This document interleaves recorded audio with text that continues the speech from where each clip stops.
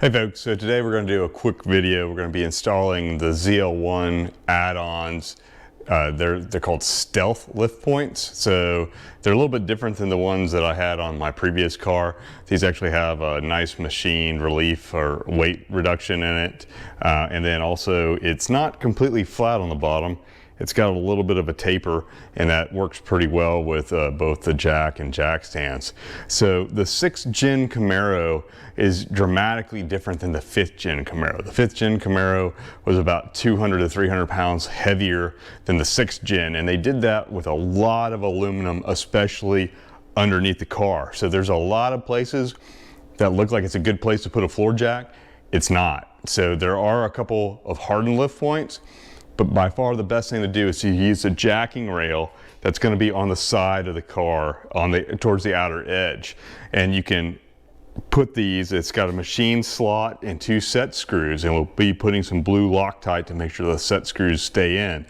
But this is a permanent addition to the car, and you can just put a jack right on it. If you don't have something like this and you've got to use something like a lifting adapter, this is rubber, hard rubber, for the jacking rail, otherwise you'll bend it. So never put a floor jack or any other lifting device from a garage. Garages screw these cars up all the time because you'll just flatten out the jacking rail. So let's get right to the video. So we'll take a 3mm Allen wrench and we'll back these set screws out, and we'll apply some blue, which is medium strength Loctite, to make sure that these things do not come out. So a little dab will do you, and then we'll just thread it back in with the 3mm Allen wrench.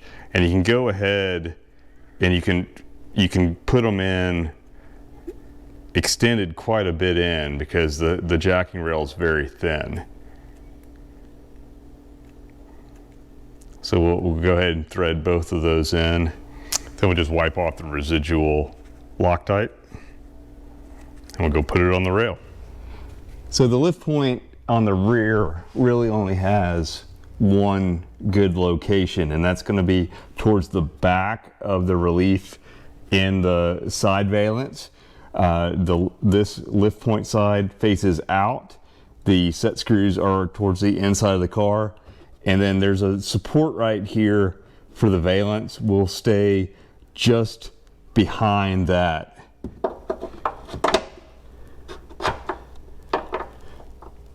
And you just tighten them up by hand, and you don't want to over tighten. And there we go. We've got the rear one in place. That's what it looks like when it's fully installed. And we'll do the front. There's a little bit more room to decide where you want to put these on the front. We're going to be doing this right up towards the very front, and we're just going to leave enough space that the floor jack will not get onto the cutout. So it's about, I'll say, 3/4 of an inch behind the very front of the hole, or the cutout in the valance. And there is the front installed.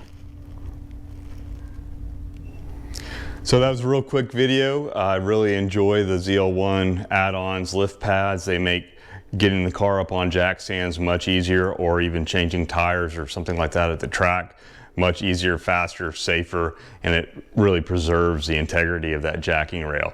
So if you liked the video, please like and subscribe, and we'll see you on the next one. Thanks for watching.